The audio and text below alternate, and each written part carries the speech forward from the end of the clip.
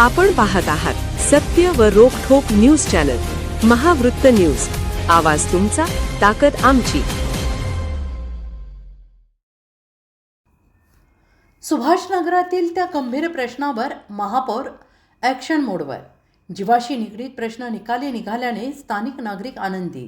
कोल्हापूर शहरातील समस्यांवर तातडीनं कारवाई करत महापौर रुपाराणी निकम यांनी पुन्हा एकदा प्रशासनाला सजग केल्याचं चित्र पाहायला मिळालं.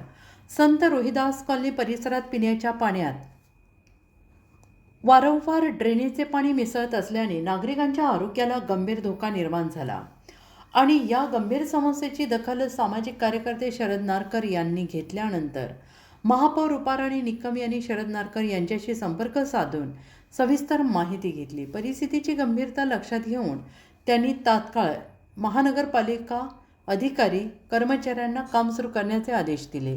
महापौरांच्या आदेशानंतर महानगरपालिका प्रशासनाने तात्काळ कामाला सुरुवात केली.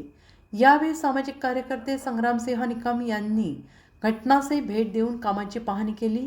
कर्मचाऱ्यांना आवश्यक त्या सूचना देत काम योग्य पद्धतीने करण्याचे मार्गदर्शन केले आणि या तातडीच्या कारवाईमुळे संत रोहिदास कॉलनीतील नागरिकांनी समाधान व्यक्त करत महापौरांचे आभार मानले. महापौर असावा तर असा अशा भावना व्यक्त करत नागरिकांनी पुढील काळातही त्यांच्या नेतृत्वाखाली शहराचा कायापालट होईल असा विश्वास व्यक्त केला.